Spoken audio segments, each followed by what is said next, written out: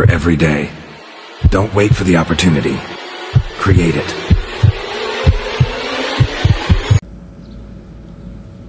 Hopefully I can get that figured out. Got myself a new phone holder. So I know, guys, it's been a couple weeks since I've did a video. I don't know, I'm trying to test some things out. This week I'm going to do both week 12 and 13 together. So yeah. So without further ado, let's go. And here we go.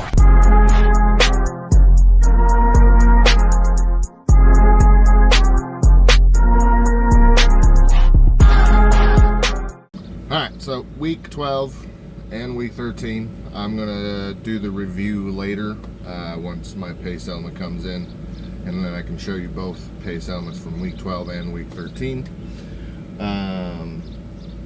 But I'd like to do a little discussion on some pros and cons for being a lease operator here at RTI, at least from my perspective, now that I've been here basically 3 months. So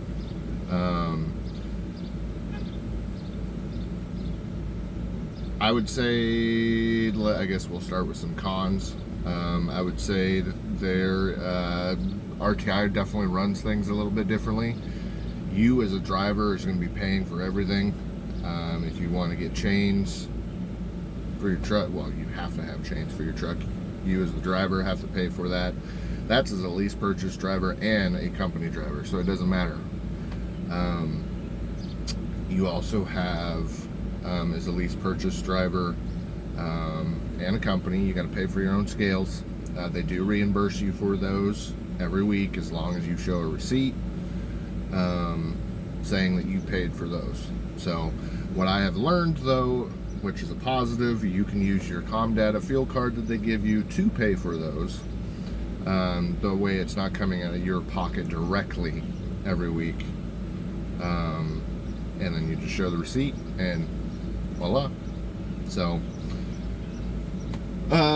recently a con that I have come to realize is back in April when I had my B service done on the truck, they put on, because they didn't have the normal nighttime manager for the shop here in KC on duty that night, they went ahead and just decided, without telling me, they decided to go and put a mud flap on the truck.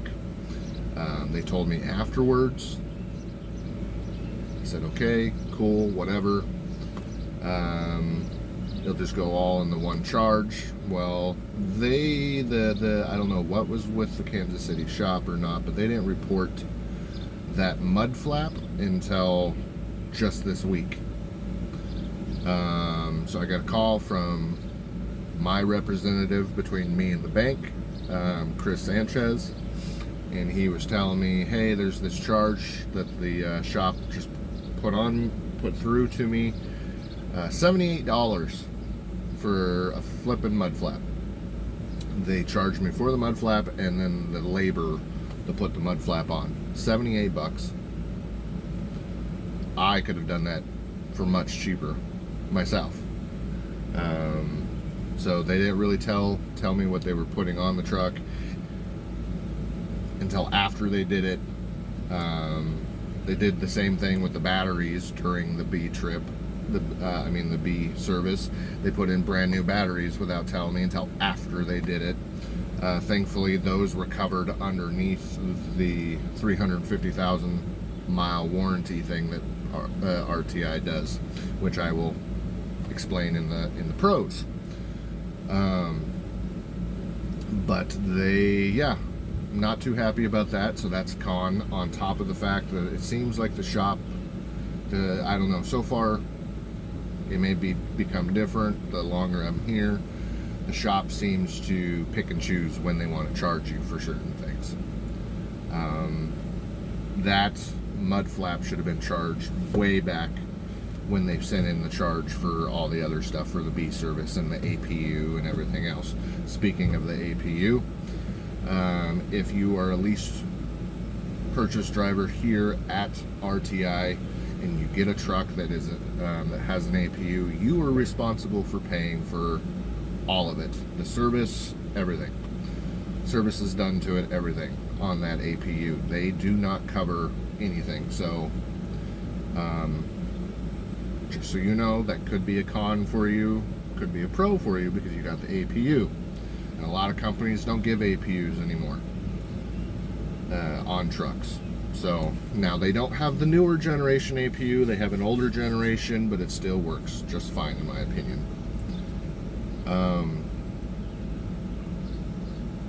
And then another con, this is probably in a lot of companies that are smaller like RTI, they don't have a lot of customers. I know they are trying to get some customers currently. That is about all I am going to say about it. There isn't a lot, but they do get some. So there are times where, let's say on a Friday, by the time my driver manager leaves at 4 o'clock in the afternoon, if I don't have a load on me, I am pretty much SOL for the weekend. I'm going to sit the entire weekend unless I can, because I've done this before, unless I bug the weekend staff and they are needing help on a Saturday to get a load moving, then I have been able to get a load. But other than that, if you're not pre-planned on a load by Friday afternoon, you're sitting the entire weekend. So that's a con here at RTI. But I'm assuming as a company driver, they're going to pay you layover if you're obviously able to run. I would assume they would pay you layover. I don't know. I'm not a company driver here at RTI. So maybe if you're thinking about coming on to RTI, maybe that's something you need to consider and discuss with your recruiter. So as a lease purchase driver, I'm kind of SOL. I'm sitting and not getting paid. So that's a con in my opinion. Like I said, they're trying to get more customers. So hopefully, fingers crossed, that they can get more customers. That way we can have more of a stability of being able to have loads and whatnot. So some pros. I guess I'll move on to the pros. And some of the pros for working as a lease purchase driver over here at RTI is you get to go faster than a company driver. They did change some of the speed policy for the company drivers. I just found out today a lot of the company drivers are now down to 65. I don't know if that's all the trucks, but what I was told is that by some company drivers is their trucks don't go faster than 65. As a lease purchase driver, it is up to the safety department. Like currently my truck is at 68, and then I have the passing power where I can go about 71. I am, now that I've hit my three-month mark, I have the ability to request to have my speed bumped up, which I have, and hopefully safety will bump up my speed to like the rest of the lease purchase drivers that I've talked to that are about 72. So I'm hoping we will see probably next week if I'm going to get bumped up or not. If you need to get bumped up, obviously you need to go into a shop because it's all computerized and the shop's going to have to hook up to the computer and change the numbers. So another pro for being a lease purchase driver over here is you get a little bit more freedom with your truck, like the flow below. That is on a lot of the trucks. You don't have to have that on there, so you can ask the shop to take that off. You get to, if you don't really want to go in a certain area, you can tell them, nope, I'm not going to go. Now that can be a con though too, because if you are refusing loads and refusing to go just because you don't want to, and it becomes a habit, they're probably going to sit you and make you wait. So don't make it a habit, but you do have the ability as a lease purchase driver to sit there and go, no, I don't want to go in this area. Whereas a company driver, you don't really have as much of a say. They will get you the load, and that's that. So another pro is, as a lease purchase driver, the company itself has a fuel solution program. Company drivers have to go to those fuel solutions whether they want to or not. As a lease purchase driver, I get to choose if I want to stop at those locations or not. Like on my last load, they wanted me to stop at a Flying J that was at $3.74 a gallon. Even though I knew I could have the fuel to get to another Flying J / Pilot that was $3.25 a gallon. So I just skipped their first stop that they wanted me to go, and I went straight to the Pilot that was the cheapest, Pilot Flying J, and they didn't decline me on my card. They accepted it, and I filled up. Now, the only places that I do know that we're not allowed to fill up, no matter what, and it's company or lease purchase, is out on the Kansas Turnpike, and that is the Loves that are out there. Would be nice, because those out there on the Kansas Turnpike, those Loves are really cheap, but they don't have an agreement with those. So another pro is the driver managers, or at least my driver manager, Gary. He is amazing. He is definitely a pro. He is a previous driver for RTI that I'm aware of, if I remember correctly, and then he went on to be a driver manager for company, and then they moved him over from company over to driver manager for lease purchase drivers, and he does amazing. He listens, he keeps us busy. He has 30 of us drivers that I'm aware of. He may have more, I don't know. At least during orientation I was told that driver managers have about 35 drivers. So yeah, he keeps me running. I have no issues. He understands, because he used to be a driver, so there's a pro there. A pro with that being a pro, RTI, if you live in the area of one of the one of the yards that I am aware of, if you want to get into the office from being a driver, they don't have a problem with it. I'm sure there's qualifications to do it, but they obviously don't have a problem with it. So we actually had that asked in orientation, in my orientation, and Zach,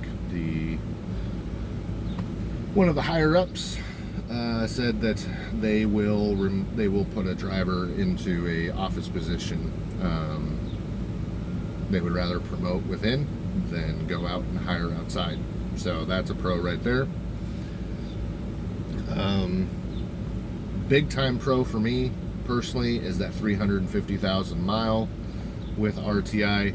If you get within the first 350,000 miles, the bank covers, or RTI covers, the cost of all repairs besides like mud flaps, stuff that's actually major components, let's just say, like that, or like the oil changes, stuff like that. They will cover. All you have to cover is a deductible. They do the same thing on the tires, which is throughout that 350,000. All you have to do is pay $250 for your deductible, and that is that. Like previous video, a couple videos back I think it was, I had to go into a Love's and buy a new drive tire. Love's would have charged me $378 for that tire. All I paid was $250. So can't really beat that. Now, are there programs out there that are better off than RTIs? I'm sure there are. There's a lot of pros, a lot of cons. A lot of pros and cons with this company. I guess you gotta just weigh it out. The pros outweigh the cons currently for me. I am running, I am making money, I make enough money to pay my bills and live at home, and live comfortably out on the road, and comfortably when I'm at home. So I don't really have an issue. So, yeah. That's just some of the pros and cons for being over here at RTI. Just figured I'd give you some of them. I'm sure you'll figure out some on your own if you decide to come on and work with RTI. If my videos help you decide you want to come on to RTI, let me know in the comments. I appreciate it. If you have any questions you want to ask me about RTI, I will answer them to the best of my ability. Now, I don't know everything. So, yeah. Just trying to be open and honest and about the company and my experiences here. And hopefully if you come on, you'll have the same or even better experiences than me. So, I guess that's all I'm going to do about this discussion this week for covering week 12 and 13. Later today, like I said, when my pay settlement comes in for week 13, I will then actually do the review of the company like I normally do and show you guys my pay stubs for both week 12 and 13. So I guess stay tuned. All right.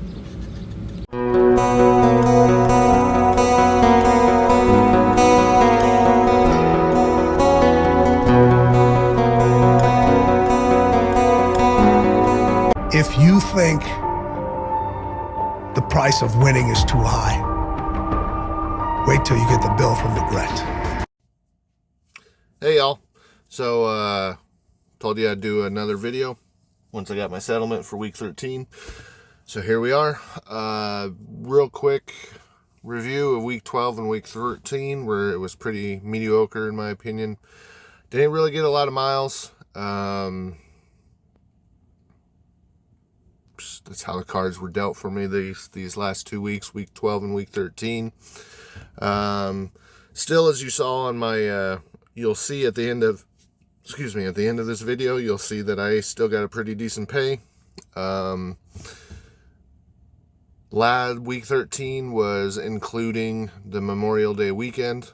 So, I mean, there's some drivers I talked to that were sitting the entire weekend. I was thankful enough and very grateful towards my driver manager that he kept me busy. So, and update, I talked to the shop about my earlier gripe about one of my cons of this company, of them replacing stuff without really telling a driver.